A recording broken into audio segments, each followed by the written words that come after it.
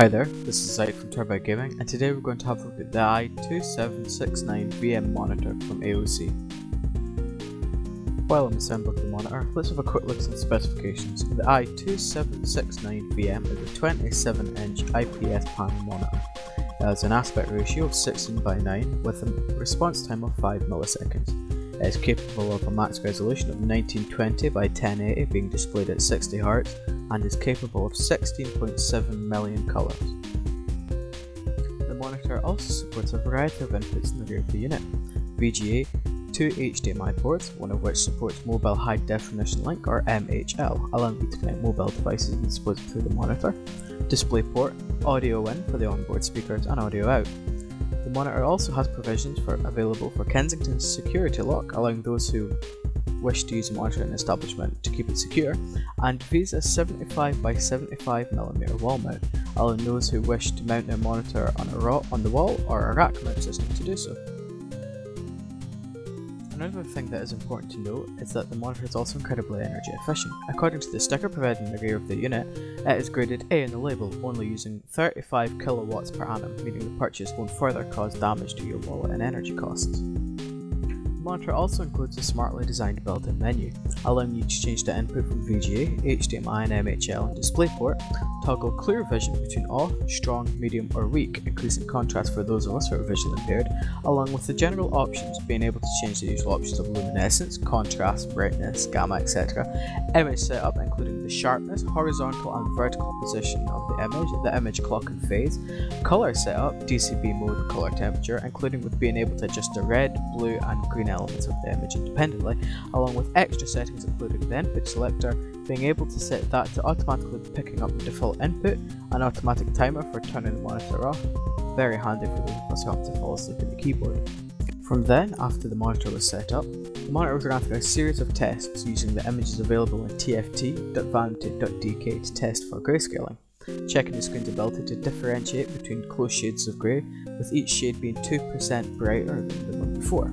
Colour reproduction, investigating the monitor's ability to produce a smooth gradient of various shades over 128 colours to determine if banding is a pronounced issue with the monitor and to test for homogeneity, checking for blacklight bleeding and to test the uniformity of the panel across various colours. From the above tests, we immediately picked up there was no backlight bleeding at all, colours were reproduced with no issue of banding, the monitor could display different shades of grey with no bleeding between them, colours were uniform on the display and were vibrant as required. From then, the monitor was tested through a variety of games in real-world situations: Ridge Racer 7 on the PlayStation 3, Quick Live, The Wolf Among Us, Payday 2, and others to see how the monitor reacts under general usage and the stress of gaming. One thing became apparent during the playing of Ridge Racer 2, Payday, and Quick Live was the slight motion blur. It is easily picked up when playing fast-paced games, and while it is only minor, it is still somewhat of an annoyance.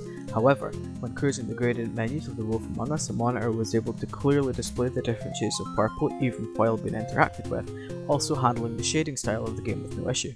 It is also important to note that the inbuilt speakers are very much standard fare for monitors, loud sounding but ever so slightly tinny. So, having discussed the features of the monitor, what do I like? The feature set.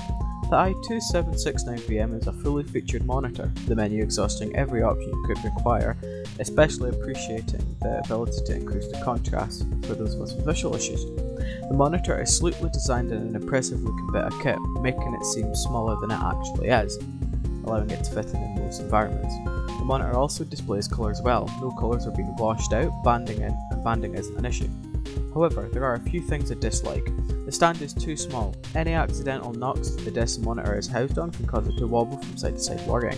If this is on a stable desk, this might not be an issue. It could also be fixed by changing it to a square base as opposed to a round one, while making the base a little wider.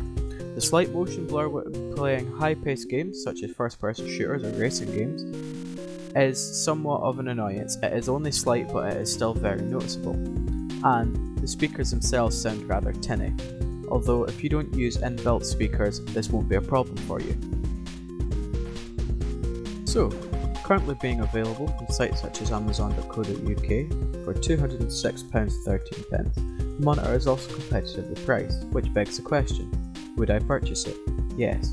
While the speakers are lacking and the motion blur may be annoying, the wide array of features that it boasts, the sleek design and sheer depth of colour that it affords, I would recommend it if you were looking to buy a budget IPS monitor. This is Zeit for Terror-Byte Gaming. Thank you for watching. Thanks for watching.